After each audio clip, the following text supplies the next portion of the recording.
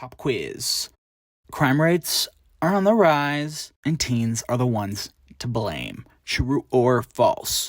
The answer to that question would be false. Well, true.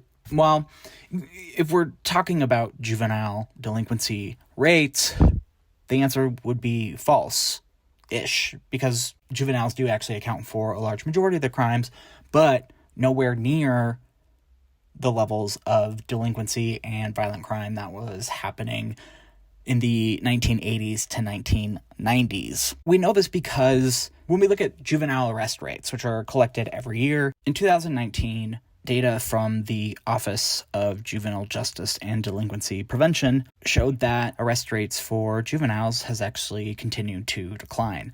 In fact, so much so that it has declined 74% since the peak of juvenile arrests in 1996, which was about 2.7 million arrests of juveniles, whereas in 2019, there was about 700,000 arrests of juvenile. This is actually true regardless of whether the arrests were for violent crimes, property offenses, drugs, or even status offenses like underage drinking, skipping school, violating curfew, running away.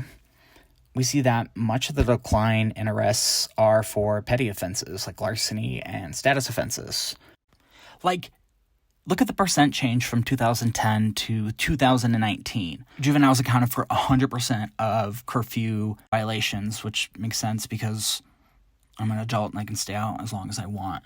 Whereas if it's a teen, they have parents, guardians, they have to be regulated. So 100% of all arrests, and that in arrests for curfew or loitering has decreased 85% from 2010 to 2019. So we see much of that decline in the status offenses, but even for property crimes, anywhere from, thank goodness, decreases in arson. Granted, this data comes from arrests, so these are basically offenses that have come to the attention of law enforcement. But we actually see significant declines since 1996 in self-reported delinquency. It's interesting that we've seen not only a decline in arrests, but a decline in offending, and we're also seeing declines in crime rates from the late 1960s to the 1990s. Teen delinquency and really all types of risk behaviors were out of control and increasing substantially. Teens were wilding out. Yet there was something about the early 1990s and the onset of the 21st century that led to this significant decline in offending. So what was it? Are teens in 2022 that much different than teens in 1996? Well, yes and no. So scholars have proposed a number of theories as to why juveniles are less likely to offend now than in the 1990s. And so the first is just that there is just so many policy changes over the past quarter century, in the United States that were really designed to curb juvenile delinquency. For example, we've seen reduced rates of substance abuse, which could be attributed to, obviously, DARE. Just kidding. No evidence shows that DARE works. It basically just made me more interested in wanting to do drugs with Bugs Bunny and that dog. It was crazy. Anyway, lots of evidence show DARE doesn't work. Underage drinking and even tobacco use, much of that has stemmed from increasing the age of legality. So for underage drinking, since the early 1980s, it increased from 18 to 21, and the same for tobacco products. Also, cigarettes have become insanely expensive, and there are lots of education and awareness campaigns to curb smoking in teens. On the other hand, when we actually look at the evidence on the impact of these policies, it's kind of underwhelming. All of these public policies are old and have been old news for a decade, yet the drop in arrest rates is just unabated, just continues. So, for example, no major new policies to lower teens doing drugs have been implemented in the last decade, despite declines in underage drinking and substance use. Most sex education sucks and focuses on unrealistic policies like abstinence only. In fact, only 18 U.S. states actually mandate education that includes information about contraception. And MTV doesn't even have Teen Mom anymore. So Maybe that also was a reason. Anyway, it's also not easy for teens to get access to contraception, and that hasn't improved in recent years, despite a reduction in teen pregnancies.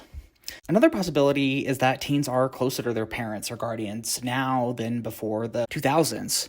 So one theory relates to the idea of these helicopter parents who are hovering over their child's every move and are ready to attack with a band-aid, save space, and provide snacks at a moment's notice. And research has shown that, parenting styles matter. Youth are more likely to act out when they are raised by parents or guardians who have this kind of cold or authoritative parenting style versus parenting styles that actually work, that tend to be much more warm, yet, have expectations and consequences for misbehavior. And decades of research has found that delinquency is related to something called unstructured socialization. And that's like the idea of coming home from school and kids who don't have anything to do, and they also don't have any supervision because their parents are working 3 jobs or just not around. And so when you have a lot of time on your hands with no supervision, things happen. You want to break into homes, you want to throw rocks at windows, you want to do hood rat things with your friends. In other words, when teens have a lot of free time on their hands and without adequate supervision and consequences, they start eating Tide Pods and other delinquent acts. There's also advances in technology, especially smartphones and the ability to text. Parents have another resource or tool like electronic monitoring. So since nearly all teens have a cell phone or smart device with internet access, this allows for parents to contact them at any time to find out where they are, who they're with, and if they took the trash out like I had asked. However, limited evidence exists to see if electronic monitoring by parents is related, and more research is needed to see if this is related to reductions in juvenile delinquency. So we think this idea of parents being able to check in with their teens is a viable option, yet we don't have the scientific research to determine whether or not that is true, and whether or not the ability to electronically monitor children and other teens contributed to declines in juvenile delinquency overall. There's also the theory about advances in the accessibility and affordability of technology. The most dramatic change in the daily environments of teens over the last quarter century has been the proliferation of social media, online gaming, increased accessibility and affordability of smart devices and portable technology. So before the early 2000s, access to the internet and cell phones were for the rich. I remember it actually costing money to send text messages. That's why I used to just call my parents collect, so that when it would ask me for my name, I'd just be like, "Mom, can pick us up from the pool." And then my mom would know, and then she would just refuse to, pay the $2 charge, and then she would just come pick us up from the pool. So, texting, we didn't have a car phone. My mom had a Suburban. Now teens spend, on average, around 9 hours per day watching TikTok, YouTube, playing video games, and basically just being in front of screens. And that was from the nationally representative study of 10 to 17-year-olds by the Pew Research Study. And that was in 2017.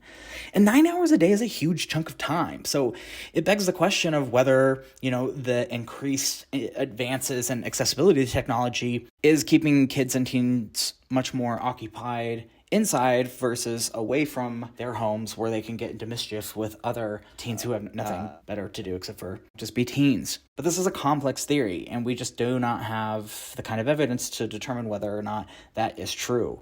However, according to a recent study in one of the top-tier journals, Criminology, Eric Balmer and friends found that decreases in juvenile crime rates are largely attributed to what they called reductions in unstructured socialization. So, in other words, iPads have become great babysitters. We're also seeing that 74% decline as a result of declines in underage drinking. And also we see the chart shows decreases in preference for risky behaviors. So does this mean that every teen should have access to a smart device? The jury's out, especially considering the new epidemic of mental health issues from the rise of social media.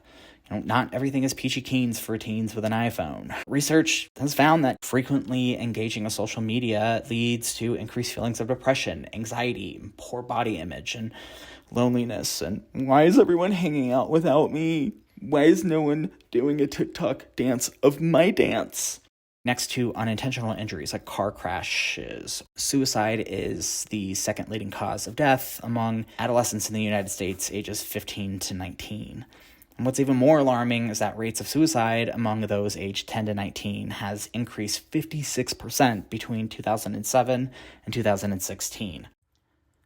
But, we need a whole lot more research to really kind of further unpack these declining rates of juvenile delinquency and really pinpoint the explanations that can actually be supported with data. So until then, we can only hope the decline continues. So when we ask the question, is juvenile delinquency on the rise? No, but let me know if you hear something.